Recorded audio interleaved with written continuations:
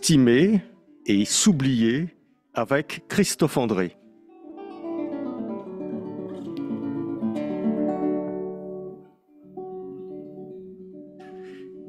Christophe André, bonjour. Bonjour. On va parler ou reparler aujourd'hui de l'estime de soi. Sujet qui vous tient particulièrement à cœur, hein. Je rappelle Christophe André, pour ceux qui ne vous connaissent pas, il y en a peut-être encore quelques-uns, que vous êtes psychiatre, ancien praticien à l'hôpital Sainte-Anne à Paris et auteur d'un certain nombre de livres qui ont parcouru le monde entier. Par exemple, Imparfait, Libre et heureux, l'estime de soi déjà, dont d'une certaine façon ce livre nouveau que vous publiez aux éditions Odile Jacob, j'avais oublié de le dire, est le prolongement, et n'oublie pas d'être heureux. Donc, je disais, l'estime de soi, c'est un sujet qui vous tient particulièrement euh, à cœur. Pourquoi est-ce que c'est si important de s'estimer soi-même? Parce que on va passer toute notre vie en notre propre compagnie. Donc, si on n'entretient pas avec nous-mêmes des rapports cordiaux, amicaux, bienveillants, exigeants aussi, hein, quand il le faut, eh bien, notre vie sera plus compliquée. L'existence, c'est quand même un truc assez difficile. Parfois, on a des combats extérieurs à mener, des agressions extérieures, des difficultés, des adversités. Donc, si en plus on a à l'intérieur de nous-mêmes un autre ennemi qui nous persécute, voilà, si on est sans arrêt insatisfait de soi, dur avec soi ou excessivement dur, alors voilà, du dehors et du dedans, c'est épuisant. Donc c'est une nécessité vitale en fait de s'estimer. En tout cas, vital, je ne sais pas, on peut survivre sans s'estimer, bien sûr, on peut faire des grandes choses aussi sans s'estimer, mais c'est un atout important, à mon avis, pour la paix intérieure et aussi, je crois, pour le lien avec le monde extérieur. La thèse de mon livre, c'est que finalement, si on n'a pas ajusté cette espèce de thermostat intérieur qu'est l'estime de soi, si on est trop préoccupé par soi-même, que ça soit dans le grandiose ou dans la dévalorisation, hein, eh bien, on n'a pas la liberté de regarder le monde et d'interagir avec lui comme il le faudrait idéalement. Alors, Christophe André, vous venez d'employer le terme d'ajuster. Et c'est quelque chose qui revient en permanence dans votre livre, qui est en arrière-plan d'une certaine façon. C'est que pas assez d'estime de soi provoque des difficultés d'exister, mais trop d'estime de soi provoque aussi des difficultés d'exister. Vous êtes un peu un héritier des philosophes grecs, c'est-à-dire que vous cherchez en toute chose la mesure, le juste milieu d'une certaine façon. Oui, oui, oui, c'est tout à fait ça. Et j'ai une vision du juste milieu qui est une vision haute et délicate, hein. Vous savez, souvent, enfin, il y a deux écoles en gros pour parler du juste milieu. Il y a les personnes qui considèrent que c'est la voie de la tiédeur, du mi-chèvre, mi-chou, au fond, une sorte de chemin en fond de vallée, un peu médiocre, un peu voilà, fait de renoncement aux extrêmes. Et puis ceux qui, comme moi, considèrent que ce juste milieu, au contraire, c'est un chemin de cime, c'est un chemin de crête et on essaie de rester sur la crête avec deux précipices à notre droite et à notre gauche. En matière d'estime de soi, il y a le précipice de l'orgueil, de la prétention, de la suffisance. Et puis de l'autre côté, il y a celui du manque de foi en soi, de la dévalorisation, de la persécution que parfois on se fait subir. Donc, pour moi, oui, oui, c'est un travail d'équilibre, comme beaucoup de choses d'ailleurs dans notre condition humaine, hein. Il est assez rare que des traits psychologiques ou même physiques comme la santé nous soient donnés une fois pour toutes. On a sans arrêt à conduire ce travail d'ajustement dont vous parliez. Alors, on va cheminer avec vous justement sur cette crête entre la mésestime de soi et la surestime de soi. Ce que je dois dire, c'est que ce livre se présente donc S'estimer et s'oublier aux éditions Odile Jacob. Il se présente comme un abécédaire, c'est-à-dire A, B, C, et on voit que c'est un petit peu au fil des idées qui vous sont arrivées, ou des souvenirs qui vous sont revenus, ou des promenades qui ont suscité chez vous quelques nouvelles pensées. Et c'est très agréable, ça en fait le livre idéal évidemment pour les vacances, parce que vous pouvez le prendre à n'importe quel endroit, le reposer. D'ailleurs, vous dites à certains moments même, bon, maintenant vous avez assez lu, allez respirer, allez voir la mer, allez dehors, regardez les gens. Mm. Oui, oui, oui. Bah après, Bien. oui, cette forme d'abécédaire, j'ai eu plaisir à l'utiliser. J'avais déjà rédigé un livre précédent sous forme d'abécédaire. Il y a deux avantages dans cette histoire d'écrire sous forme d'abécédaire. Le premier, pour l'auteur, c'est que finalement, bah, il ne se casse pas la tête pour trouver le bon plan. C'est un ordre alphabétique. Il n'a plus qu'à choisir les mots, les concepts. Mais je crois que pour le lecteur, l'abécédaire a aussi quelques vertus, hein. Ce n'est pas seulement bénéfique à l'auteur, confortable pour l'auteur. Pour les lecteurs, finalement, l'abécédaire nous incite à une lecture discontinue. Et c'est ce que vous disiez, c'est-à-dire que il nous incite, au bout de deux, trois entrées, à arrêter, quoi. On ne va pas passer la nuit à parcourir le livre de A à W, X, Y ou Z, mais voilà.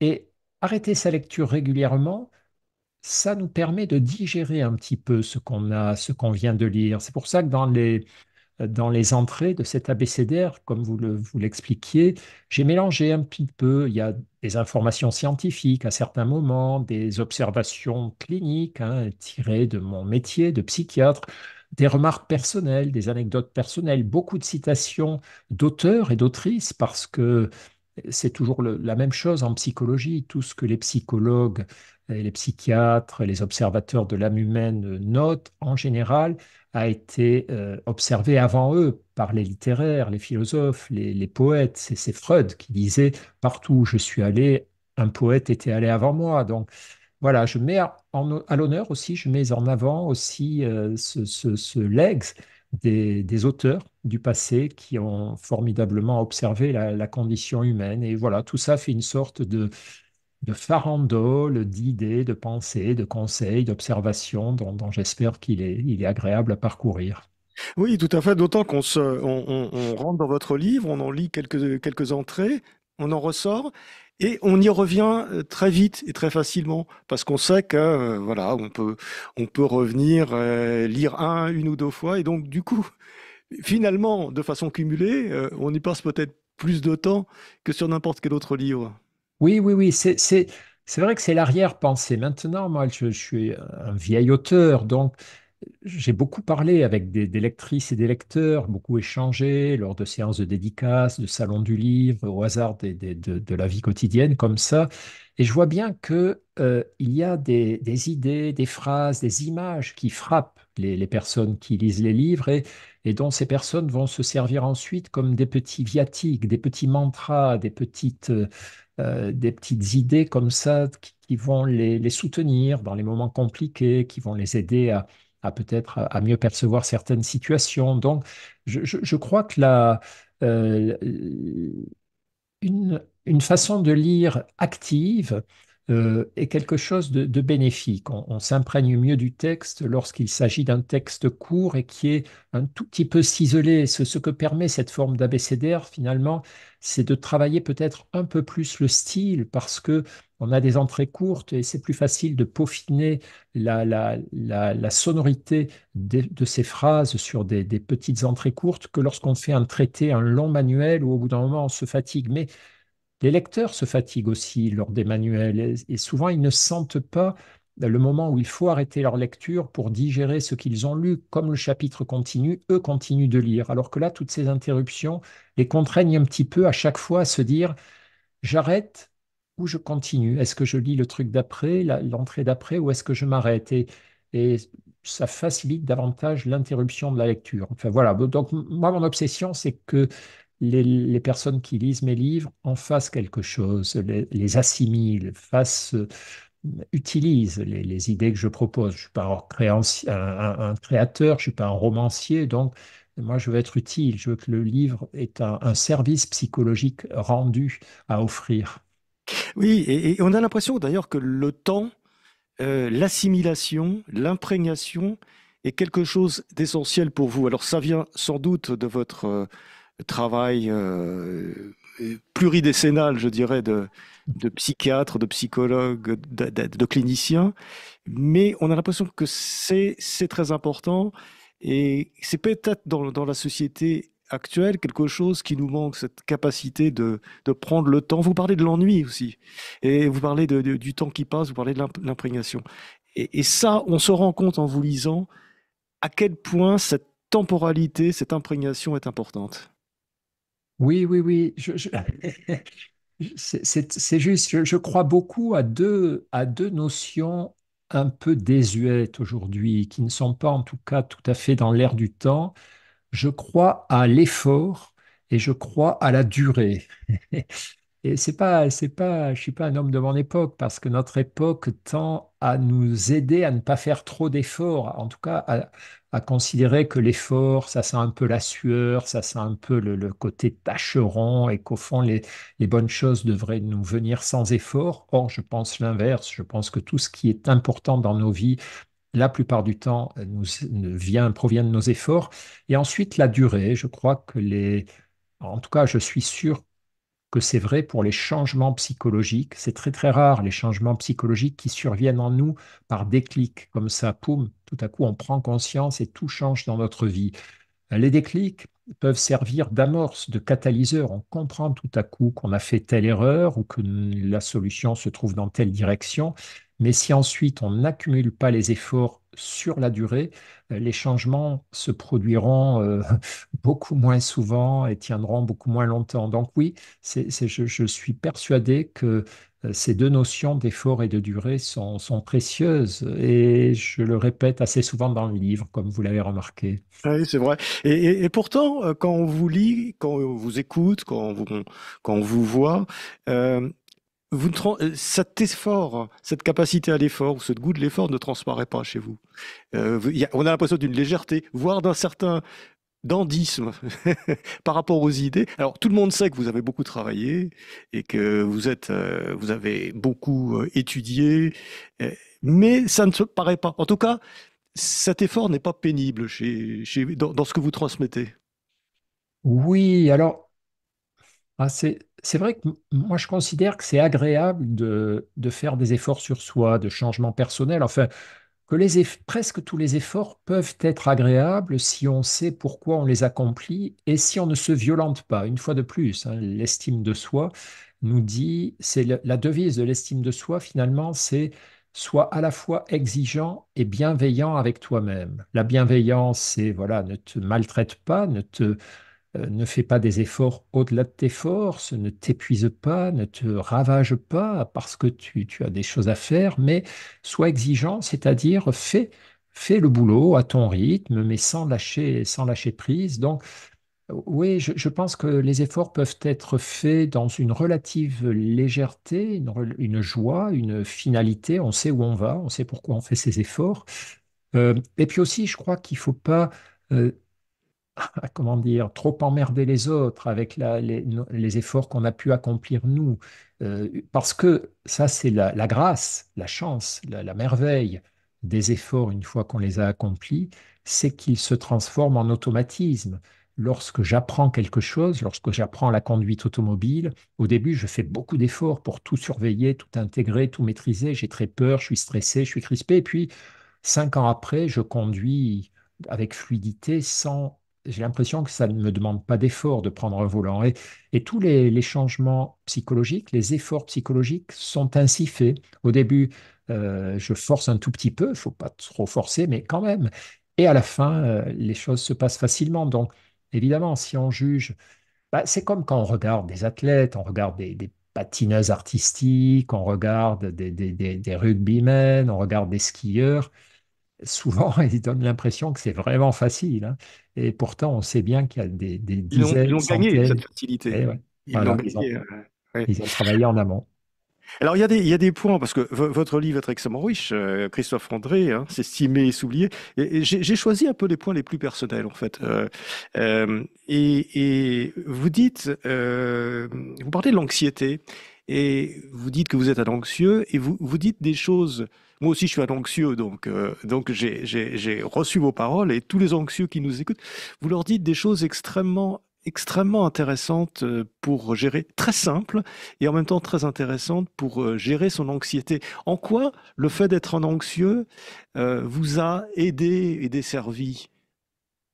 Alors, avec le recul et sans doute parce que j'ai appris à pactiser avec mon anxiété, j'ai appris à faire la paix avec elle et à tirer le meilleur d'elle, avec le recul, ça m'a plutôt servi que desservi. C'est vrai que mon anxiété, comme pour toutes les personnes anxieuses, m'a gâché pas mal de moments de vie, m'a fait perdre beaucoup d'instants de bonheur, hein. L'anxiété, elle grignote beaucoup nos capacités au bonheur. Elle ne les empêche pas, mais elle prend leur place. L'anxiété, c'est quoi? C'est la tendance à toujours focaliser son regard sur les dangers, soit les dangers déjà existants, soit les dangers qui pourraient survenir. Donc, à ce titre, c'est pas un problème en soi, l'anxiété, c'est une fonction cérébrale, hein. Nous avons tous ce petit logiciel à anxiété, de dépistage des dangers, qui fonctionne dans notre cerveau, tous les humains.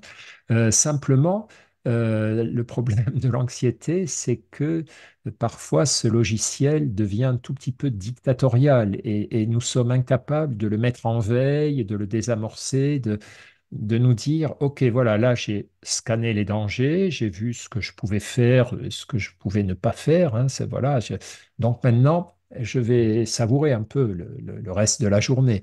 Et ça, c'est difficile. Une fois qu'on a activé son regard anxieux, sa vision du monde anxieuse, elle tend à rester active, à faire, au fond, qu'on ne va plus voir l'existence que comme une succession de problèmes à régler. À peine on en a réglé un, ou on en a esquivé un, ou on a construit nos défenses par rapport à un problème, au lieu de se faire du bien, de se dire, allez, maintenant récupère, savoure, réjouis-toi, on passe au problème suivant. Et évidemment, la vie est une succession de problèmes. C'est tout à fait possible de voir l'existence comme ça, une succession de problèmes. C'est pas un délire, hein. L'anxiété n'est pas un délire. On ne crée pas les problèmes. Pas besoin. Il y a suffisamment de choses compliqué dans nos vies pour passer notre existence entière à sauter d'un souci à un autre. Les grands soucis, les petits soucis, les micro-problèmes liés à des petites embrouilles matérielles, familiales, personnelles, les macro-problèmes, les menaces existentielles qui règnent sur la Terre, dans notre société, dans notre quartier, dans notre pays. Donc tout ça fait un stock infini de soucis à se faire. Et ce que j'ai essayé de dire dans le livre, c'est que ce n'était pas l'anxiété qui était anormale, c'est le rapport que nous établissions avec elle. Est-ce que nous arrivons à en faire une alliée, à la domestiquer en quelque sorte, ou bien est-ce que nous sommes sa victime? Mm. Et on voit bien cette ligne de crête en permanence entre un peu d'anxiété nécessaire, parce que c'est quand même ce qui nous fait bouger, Oui, un peu d'anxiété, mais pas trop. Et vous donnez des trucs très concrets, et vous parlez par rapport à l'anxiété, par exemple, de la nécessité du décentrement. C'est-à-dire que chose, d'essayer de se mettre à la place d'une autre personne qui va voir la situation que l'on vit de manière totalement différente. Voilà, une situation de danger, etc. Et vous êtes surpris parfois de voir quelqu'un qui dit, bon non, c'est pas grave, on va y arriver, on va s'en... Et ce désencentrement permanent, c'est-à-dire de sortir de soi pour prendre de la distance, on a l'impression que c'est un truc chez vous qui est récurrent et probablement que vous avez appris au fil du temps. oui, oui, oui. L'anxiété, c'est une dictature. Elle nous contraint à ne voir les choses qu'à sa manière. Et au bout d'un moment, on finit par intégrer cette dictature et on ne comprend pas que les gens ne se fassent pas du souci comme nous. On ne on comprend pas pourquoi ils nous disent de ne pas nous en faire et on a l'impression d'avoir raison et que eux ont tort.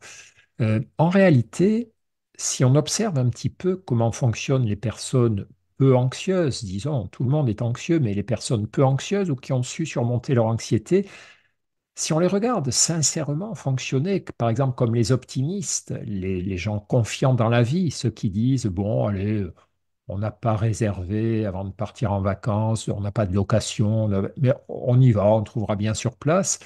Au départ, l'anxieux se dit, ils sont malades, quoi, ça va être une galère sans fin. Et puis, assez souvent, bah, on voit que c'est pas une si grosse galère que ça, ça se passe pas si mal que ça, et que quand ça se passe mal, c'est jamais une catastrophe absolue. Voilà, et au fond, peu à peu, mais c'est vraiment en observant les gens moins anxieux que moi, en faisant cet effort de ne pas me dire ils ont tort, je détourne mon regard, mais en les suivant jusqu'à la fin, sur le long terme, ben, je me suis dit finalement, ce que te coûte l'anxiété, en tension, en préoccupation, en précaution inutile, en surcontrôle, en désir de tout contrôler, c'est plus cher, c'est plus coûteux que finalement ce que coûte l'insouciance aux non-anxieux. Bien sûr que aussi ça leur attire des ennuis, leur insouciance, mais peut-être que ton anxiété t'en attire plus. Alors attention, là je parle des soucis du quotidien. Je ne parle pas des menaces existentielles. Il y a des moments dans nos vies, il y a des périodes de l'histoire, il y a des lieux sur la planète où euh, plus vous êtes anxieux, mieux c'est. Ne faire confiance à aucun hasard, tout surveiller, tout anticiper. Voilà, il y a des moments où il faut être très anxieux, mais on ne peut pas l'être une vie entière. Donc c'est un peu ça l'enjeu. Et nous, voilà, occidentaux du 21e siècle, vivant en France, dans une démocratie, a priori, le plus souvent dans nos journées, nous pouvons prendre un peu de recul par rapport à cette anxiété. Et dans le même ordre d'idées, vous parlez aussi, et vous dites des choses très concrètes et sur la charge mentale. Mm. Et on vit avec des charges mentales en permanence parce qu'on a les soucis, on a les enfants, on a les problèmes de boulot, les problèmes d'argent, ou alors les choses qu'il faut faire. Il faut faire ci, il faut faire ça. Les to-do list, vous savez, quand on met une Oui. liste, on dit, il faut que je fasse ça, etc. Et on est un petit peu écrasé par ces angoisses. Et vous dites quelque part dans le livre, je ne sais plus où c'est exactement, à un moment donné, vous dites, mais je me suis aperçu à un moment donné qu'on n'avait jamais fini cette liste de tout ce qu'on a à faire. Et ça, c'est très libératoire, parce que du fait qu'elle est infinie et qu'il n'y a jamais un moment où on peut se dire, ça y est, je fais tout ce que j'avais à faire, ça n'existe pas dans la vie. À ce moment-là, on est prêt à accepter l'inachevé, si vous voulez, de ce qu'on a à faire. C'est ça. C'est fondamental. Ça fait partie de ces sortes de révélations, d'épiphanies qu'on peut avoir les uns et les autres à certains moments de nos vies.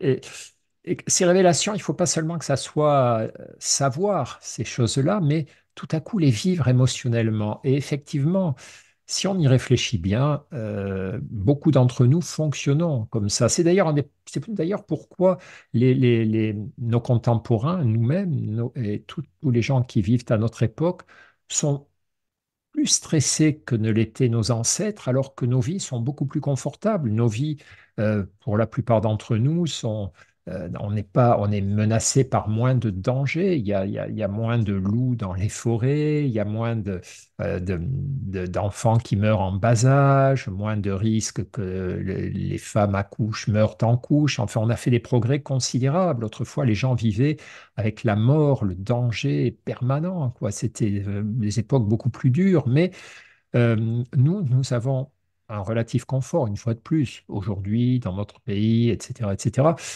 Et pourtant, nous sommes très stressés, très anxieux, parce que nous avons cette multitude de choses à faire. Nos vies sont plus compliquées qu'autrefois. Nous avons à affronter beaucoup plus de tâches administratives. Nous sommes entourés de tout un tas d'outils que nous ne savons pas réparer s'ils tombent en panne.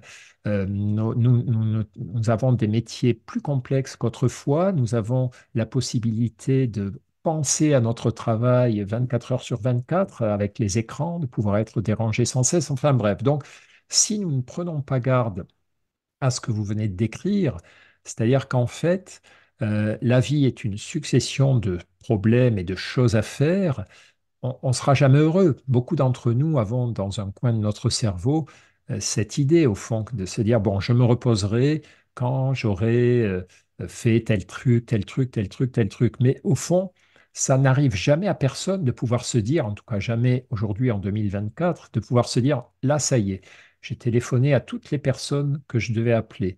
J'ai réglé toutes les démarches administratives que j'avais à régler. J'ai rangé tout ce qu'il y avait à ranger dans ma maison. J'ai fait tous les bricolages qu'il y avait à faire. J'ai fait toutes les courses. J'ai lu tous les bouquins. J'ai regardé tous mes CD. J'ai écouté tout. J'ai revu toutes les. Voilà. Jamais on ne se dit. J'ai vu tous mes vieux amis que je n'ai pas vus depuis longtemps. À aucun moment de nos vies, on ne peut se dire là, tout est OK. Je n'ai plus rien en suspens, donc je peux me reposer. Et effectivement. On a peut-être, on n'a peut-être pas envie non plus, plus profondément d'avoir ce sentiment d'avoir fini, parce que si on a fini tout ce qu'on a à faire, ça veut dire qu'on n'a plus de raison de vivre. Oui, ou ça veut dire qu'on est prêt à attendre que de nouvelles choses à faire arrivent, nous soient proposées par la vie, et qu'en attendant, ben, on peut juste savourer le plaisir d'être vivant sans avoir de projet, d'objectifs, d'obligations. Vous savez, si on regarde un peu pourquoi la méditation, moi j'ai eu deux obsessions dans ma carrière de psychiatre, l'estime de soi et la méditation. Si on regarde pourquoi la méditation est à la mode, il y a deux raisons. D'abord parce que elle est une sorte de refuge, de parenthèse, pendant laquelle on se déconnecte de ces écrans, justement, de toutes ces choses à faire, etc., etc. Et ça nous fait du bien, on sent que ça fait du bien à notre esprit et à notre corps, mais c'est aussi une technique, une approche durant laquelle un des leitmotifs, c'est de se dire, lorsque tu médites, tu n'as aucun but à atteindre, tu n'as aucun objectif à poursuivre, tu te contentes d'être là, tu cherches pas à faire le vide dans ta tête, tu cherches pas à être zen, tu cherches pas à régler les problèmes, à réfléchir, tu te contentes d'être là, de respirer, d'écouter, de sentir ton corps, de voir les pensées défiler, mais de ne pas les suivre. Contente-toi juste de ça. Et c'est un des mécanismes qui explique que la méditation nous fasse tant de bien. On se pose dans un espace mental où on se dit là, tu n'as rien à faire, où tu décides en tout cas de ne poursuivre aucun objectif. Donc, je sais bien que dans le fond, on a pour la plupart d'entre nous ce sentiment que euh, si on n'a plus rien devant nous, plus aucun objectif, aucun idéal à poursuivre, alors c'est la mort de l'âme, hein, c'est la fin des haricots. Et je crois qu'on se trompe. Je crois qu'il faut à la fois avoir des objectifs et à la fois être capable régulièrement de se dire maintenant c'est bon, lâche ça, contente-toi d'exister, va marcher, regarde le ciel, respire, écoute les oiseaux, amuse-toi avec des enfants. Enfin, et que notre infirmité, c'est de ne pas être assez maître de ce mouvement de va-et-vient, un peu comme pour l'anxiété. L'anxiété, c'est très important de l'écouter lorsqu'elle se déclenche, de nous dire qu'est-ce qu'elle me signale, sur quoi elle veut attirer mon attention. Et puis, c'est très important ensuite de s'en détacher.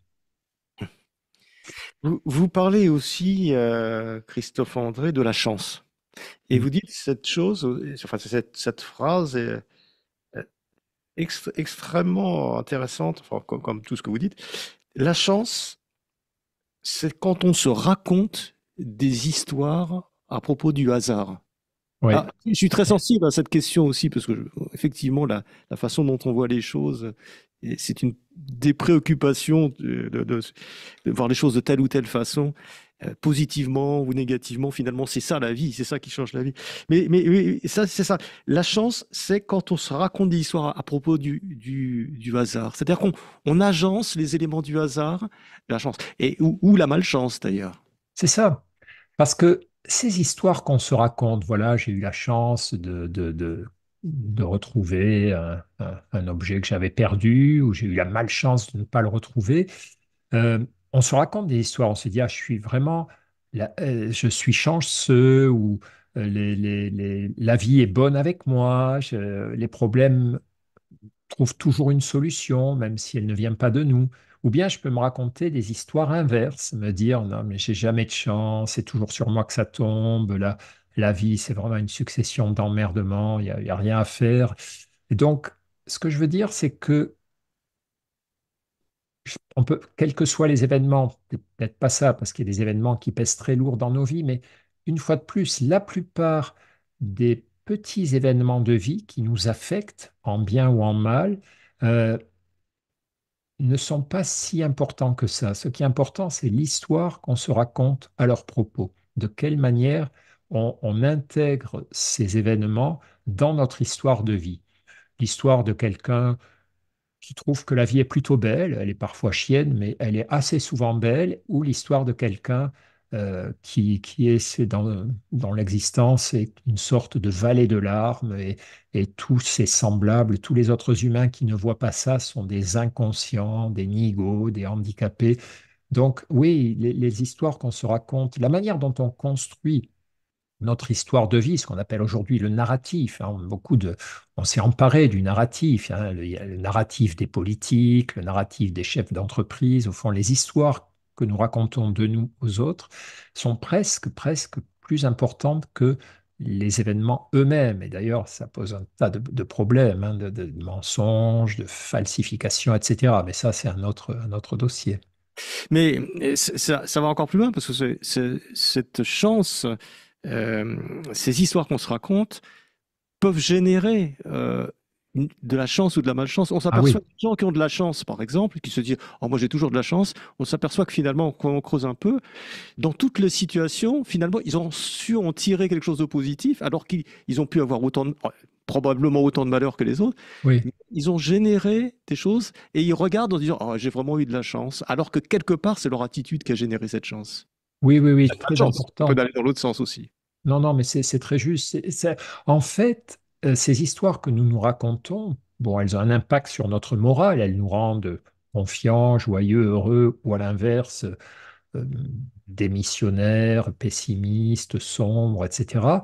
Mais elles vont aussi impacter notre comportement. C'est ce qu'avait montré un de mes collègues britanniques, l'un des chercheurs en psychologie qui avait fait le plus de travaux sur la chance.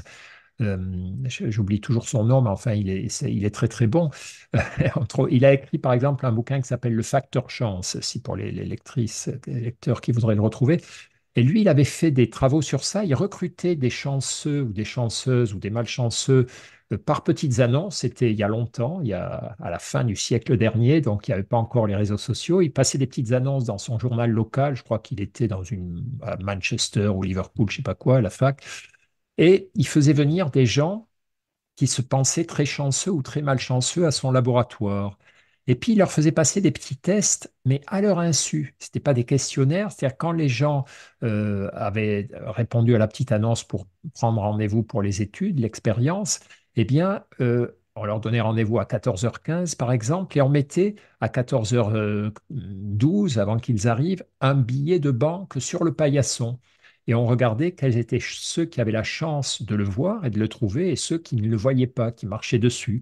Puis dans la salle d'attente où il devait patienter avant les soi-disant tests, mais il était en train de le passer sans le savoir, il y avait un comparse des chercheurs qui était là, qui attendait lui aussi, et dont le comportement devait être celui de sourire à la personne qui arrivait, de montrer qu'il avait envie de parler, mais de ne pas prendre la parole, de ne pas lancer la conversation, mais de répondre si le volontaire, là, commençait à bavarder. Et ce dont ils s'apercevaient, c'est que les gens qui s'étaient jugés chanceux, qui avaient répondu à la petite annonce en disant ah ben moi j'ai beaucoup de chance, je veux bien me prêter à l'expérience, trouvaient le billet de banc, parlaient à la personne dans la salle d'attente, alors que les gens qui s'étaient déclarés malchanceux à l'avance, euh, ils marchaient sur le billet de banque, ils ne le voyaient pas, alors qu'il était là, et quand ils entraient dans la salle d'attente, ils ne parlaient pas à l'autre personne. Et du coup, à travers ces observations et des tas d'autres, mon collègue disait, ben, finalement, la chance, ça existe, mais en gros, et pour faire simple, elle est liée à l'ouverture au monde. Si vous êtes focalisé sur vous, vos pensées, vos soucis, vous ne verrez pas le billet de banque, vous ne verrez pas la personne qui a envie de parler. Et au contraire, si vous êtes ouvert sur l'extérieur, si vous regardez autour de vous, si vous êtes prêt aux interactions, vous verrez le billet, vous verrez la personne qui a envie de parler, et tout ça déclenchera une succession d'événements favorables dans vos vies. Et je pense que c'est assez juste. Est-ce que c'est ça que vous avez voulu exprimer dans votre titre, Christophe André? S'estimer ou s'oublier? Titre un peu énigmatique, parce que Oui, s'estimer, on comprend que c'est l'estime de soi, etc. Bon, que c'est important, mais s'oublier, en quoi est-ce que c'est important? oui, oui, oui. Alors, c'est un titre, voilà, j'ai cherché un titre qui attire un peu l'attention quand même. Alors, euh, le titre, le meilleur titre, mais là c'est trop tard, le livre est imprimé, ça aurait sans doute été S'estimer puis s'oublier. Je pense que c'est important de faire le travail sur l'estime de soi, mais que la finalité de ce travail, ce à quoi il doit servir, c'est pas de rester accroché à nous-mêmes, c'est au contraire de pouvoir nous tourner vers tout le reste. Le but du travail sur l'estime de soi, ça n'est pas tous les matins de se dire je suis quelqu'un de merveilleux, je suis quelqu'un de bien, il y a vraiment de quoi m'estimer et de quoi être estimé par les autres. Le but, c'est de plus être encombré de soi-même sans se mépriser, sans se négliger, mais au fond, on est en règle avec soi, donc on n'a plus besoin de toujours penser à soi. Un des marqueurs de la mauvaise estime de soi, c'est les pensées autocentrées. Lorsque vous arrivez dans une soirée ou dans un nouveau boulot ou voilà, un endroit où il y a d'autres personnes, quelles vont être vos pensées? Est-ce que vous allez avoir des pensées du genre qu'est-ce qu'ils se disent à mon propos? Est-ce que je vais faire bonne impression? Donc, si vous êtes un peu prétentieux, vous dire est-ce qu'ils vont voir à quel point je suis génial et exceptionnel? Si vous êtes un peu complexé, vous allez vous dire pourvu qu'ils ne remarquent pas que je suis pas à la hauteur, que je suis pas très intéressant, pas très intelligent. Mais dans tous les cas, c'est des pensées sur vous. Alors que chez les personnes qui disposent d'une bonne estime d'elles-mêmes, parce qu'elles ont travaillé, parce qu'elles ont fait ces fameux efforts dont on parlait tout à l'heure, eh bien, les pensées, c'est plutôt qui sont ces gens, comment fonctionnent-ils, qu'est-ce qu'ils vont pouvoir m'apprendre, qu'est-ce que je vais pouvoir faire avec eux. Donc, c'est ça le message du titre, c'est que, au fond, le but de l'estime, de la bonne estime de soi, c'est de nous libérer de ce que les bouddhistes appellent l'ego, cette part anxieuse de nous-mêmes, cette part soucieuse de notre image, du jugement social, pour qu'on puisse profiter de tout ce qui fait la vie belle, c'est-à-dire tout ce qu'il y a autour de nous, les autres humains, la nature, les activités, tout ce qu'il y a de passionnant et d'intéressant. Mais si on est encombré par soi-même, on sera focalisé sur notre ego, notre petit D'ailleurs, ego. vous le dites à un moment, vous dites s'estimer, ce n'est pas se sentir admiré, c'est se sentir aimé. Oui, oui, oui, ça Ah, alors c'est ce que tu dis, ça c'est une phrase du livre. oui, tout à fait. C'est Ouais. une des erreurs que font un certain nombre de personnes, et notamment les gens, ce qu'on appelle les narcissiques. C'est-à-dire les narcissiques, ce sont des personnes qui ont une haute idée d'elles-mêmes. Pourquoi pas? Après tout, si on est très doué, on peut avoir une haute idée de soi, de ses qualités, etc. Mais qui en plus ont une tendance à prendre les autres un peu de haut. C'est-à-dire non seulement ils se trouvent merveilleux, mais ils pensent que les autres leur sont inférieurs. Autrement dit, ils ont une vision hiérarchique des humains. Il y a les excellents comme eux et les autres qui sont dignes qu'on s'intéresse à eux. Et puis, il y a les ordinaires, il y a les inintéressants. Et donc, ça, c'est la première erreur des narcissiques, cette tendance à hiérarchiser et à mépriser les autres. Et la deuxième erreur, c'est que du coup, comme ils se sentent supérieurs, ils ont tendance à se donner des droits supérieurs aux autres, à parler plus longtemps que les autres, à chercher toujours à avoir le dernier mot, à doubler les autres dans une file d'attente parce que leur temps est précieux, etc. Et ça, c'est évidemment, c'est désagréable pour tout le monde. Et puis, c'est une erreur, c'est le péché d'orgueil, hein, c'est l'hubris que dénonçaient les Grecs de l'Antiquité et dont les Romains se méfiaient beaucoup également, hein, l'orgueil, la prétention, la conviction qu'on est supérieur aux autres. Et effectivement, ça, c'est un obstacle majeur au bon C'est rapport un au monde. enfermement dans soi-même finalement, le Ah, narcissisme. complètement. Oui, il y a deux façons d'être trop centré sur soi. Il y a la façon de la mésestime de soi. Je suis complexé, je suis enfermé dans ce moi que j'estime méprisable ou inférieur. Et puis il y a les narcissiques qui sont enfermés dans ce moi qu'ils estiment tellement supérieur aux autres qu'il faut qu'ils aient des droits, de l'admiration. Et pour revenir à votre question, ce dont on s'aperçoit, c'est que les personnes qui cherchent sans arrêt à être admirées, en réalité, sont plus fragiles.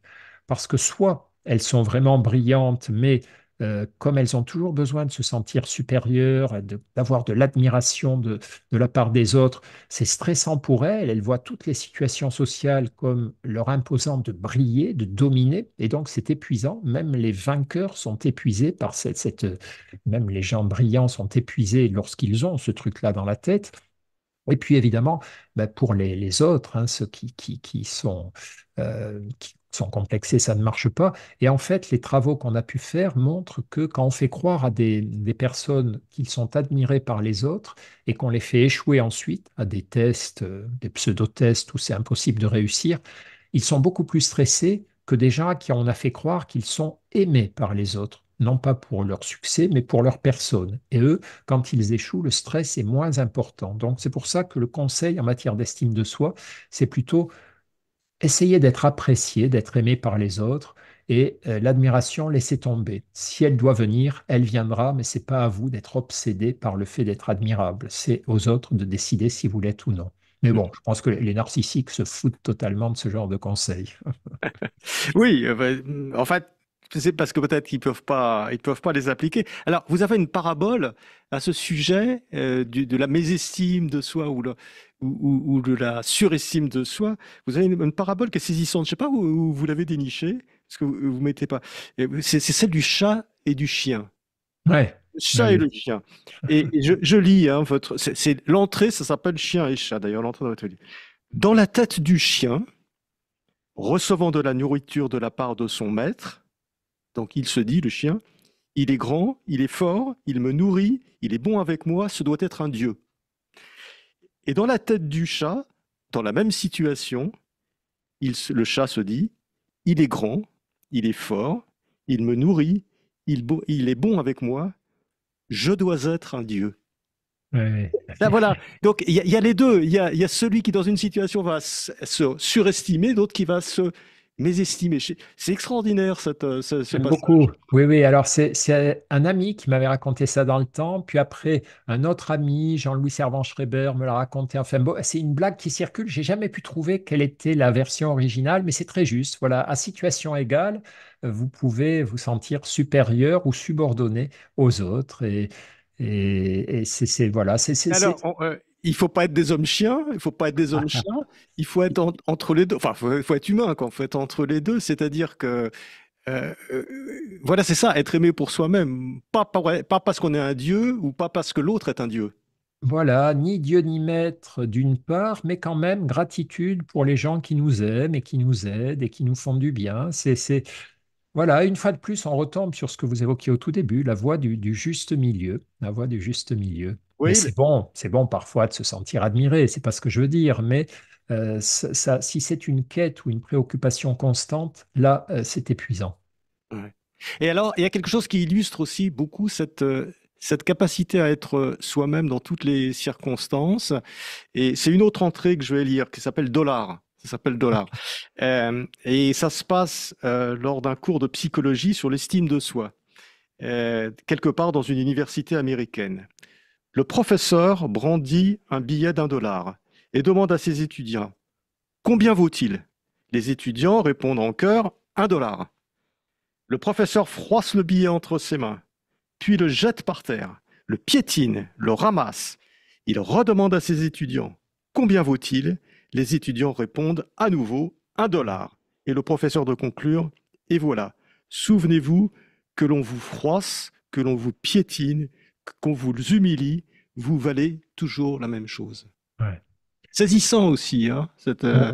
C'est très important. Ça rappelle, au fond, dans les ingrédients qui alimentent l'estime de soi, voilà, c'est quelque chose qui doit être régulièrement travaillé, réalimenté tranquillement. Il y a trois choses. Il y a d'abord, on vient d'en parler, la reconnaissance de la part des autres, hein. J'ai besoin de l'affection des autres, j'ai besoin de sentir que j'ai ma place dans les yeux des autres, dans le cœur des autres, donc voilà, de me sentir reconnu, pas forcément admiré, on l'a vu, mais reconnu. Le deuxième ingrédient, c'est me sentir efficace, hein, c'est ce que les psychologues appellent l'agentivité, sentir que je peux agir sur le monde, je peux avoir des résultats quand je jardine, quand je travaille, quand je cuisine, quand je parle à quelqu'un. Ce que je fais ou ce que je dis a un impact. C'est très important aussi pour l'estime de soi. Mais la troisième nourriture de l'estime de soi, à côté de ces deux précédentes, elle doit être inconditionnelle. C'est-à-dire, même si je traverse des périodes de vie où j'ai l'impression de ne pas être apprécié par les autres, même si en ce moment, dans ma vie, tout foire et tout capote, je garde ma valeur. Je ne dois pas confondre ma valeur et mes performances. Parfois, rien de bon n'arrive dans ma vie, mais je reste digne de respect, je reste digne d'estime, au moins à mes propres yeux. Ça, c'est vraiment un truc important, hein. Au quotidien, on a besoin de l'affection des autres, on a besoin de l'efficacité de nos actes, mais de temps en temps, tout ça nous est retiré. Il y a des sales moments dans la vie de tous les humains. Et à ce moment-là, c'est ce qu'on appelle croire en soi, se dire, tiens bon, voilà, la vie va venir à ton secours, mais ne te dévalorise pas, ne te détruis pas, ne te rabaisse pas. Euh, Fais juste de ton mieux jusqu'à ce que le vent tourne. Christophe André, parfois dans les milieux scientifiques, on peut vous reprocher de dire des choses trop simples. Oui, Alors, pourquoi est-ce que les choses simples ne seraient pas vraies ouais, ouais. et que les choses compliquées, seules les choses compliquées seraient vraies? Oui, oui, oui, j'en parle effectivement. Là aussi, il faut faire attention à la prétention parfois dans certains milieux. En France, on a ce petit défaut de confondre la simplicité avec la pauvreté et de penser que plus un concept est compliqué, plus un concept est difficile à comprendre, plus un discours est difficile à comprendre, plus il est profond. Et ça, Paul Valéry, qui était un esprit très brillant, il appelait ça la fausse profondeur. Parfois, des choses qui paraissent très biscornues, très alambiquées, ne sont pas si profondes que ça. On pourrait les traduire avec des mots beaucoup plus simples et le concept apparaîtrait lui aussi beaucoup plus simple. Et pourquoi pas? Moi, je pense, je suis persuadé. D'abord, moi, je parle simplement parce que je suis un pédagogue. Quand je parle avec des collègues, je jargonne plus volontiers, plus facilement, mais quand je m'adresse au grand public, comme dans mes livres, je pense que si les gens ne pigent pas tout de suite ce que je veux dire, alors c'est un bide. C'est ma faute, c'est moi qui ai mal fait le boulot. Je n'ai pas fait le travail d'accessibilité de certains concepts. Mais c'est vrai que c'est aussi une obsession au quotidien. Je me méfie de la fausse profondeur. J'aime les choses aussi simples que possible. Parfois, il y a des choses qui ne peuvent pas être simplifiées. Et là, je crois que la physique quantique, par exemple, c'est quelque chose d'assez compliqué à simplifier, mais pour beaucoup de phénomènes de la psychologie humaine, en tout cas ceux dont on a besoin pour ajuster sa vie, pour régler son équilibre intérieur, la plupart peuvent être expliqués de manière simple. C'est pas parce que c'est simple que c'est faux, c'est pas parce que c'est simple que c'est superficiel.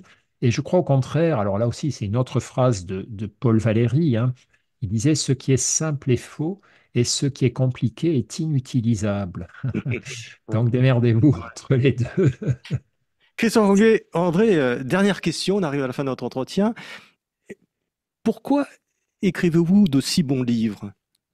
Ah, ah oui, Alors, là, je vais tout de suite expliquer pour les auditeurs que je c'est une vois le clin phrase d'œil. Oui, qui est oui. tirée de Nietzsche, puisque dans Ecce Homo, vous le dites, Ecce Homo, Nietzsche, qui était pas un être qui avait beaucoup de mésestime de soi, a écrit cette phrase. Pourquoi j'écris de si bons livres? Donc, c'est qui peut paraître quand même. Mais finalement, je vous pose quand même la question simplement. Pourquoi écrivez-vous de si bons livres? C'est gentil de me dire ça, mais alors en tout cas, mon obsession, d'abord je travaille, comme on disait tout à l'heure, je fais des efforts pour que mes livres soient accessibles, soient clairs, soient référencés. Je veux que quand je fais une citation, quand je cite une étude scientifique, je veux que les lecteurs intéressés puissent aller à la fin du livre, trouver comment accéder à l'article ou au livre original. J'écris des livres avec le souci permanent des gens qui vont les lire. C'est-à-dire, quand j'ai écrit un bouquin, je fais relire à des lectrices et des lecteurs, je relis moi-même, je le laisse reposer un mois ou deux, puis je le reprends en me disant, mais finalement, imagine quelqu'un de très anxieux ou de très malheureux qui va lire ça tout seul dans sa chambre à 2 heures du matin. Est-ce que ça va lui faire du bien? Voilà. Et donc, c'est un travail de tâcheron et c'est le souci de l'autre, je crois, qui rend mes livres, sinon bons, du moins accessibles et aussi utiles que possible, j'espère. Christophe André, merci d'être venu à Pilpoul, hein. Je rappelle le titre de votre livre, S'estimer et s'oublier aux éditions Odile Jacob, le livre idéal pour l'été qui s'annonce. Merci Merci Christophe beaucoup. André. Merci pour votre invitation. C'était un plaisir. C'était Pilpoul, une émission de Marc Wielinski que vous pouvez retrouver en podcast sur le site de Radio RCJ et sur les différentes plateformes, ainsi que sur YouTube. À dimanche prochain, 13 heures.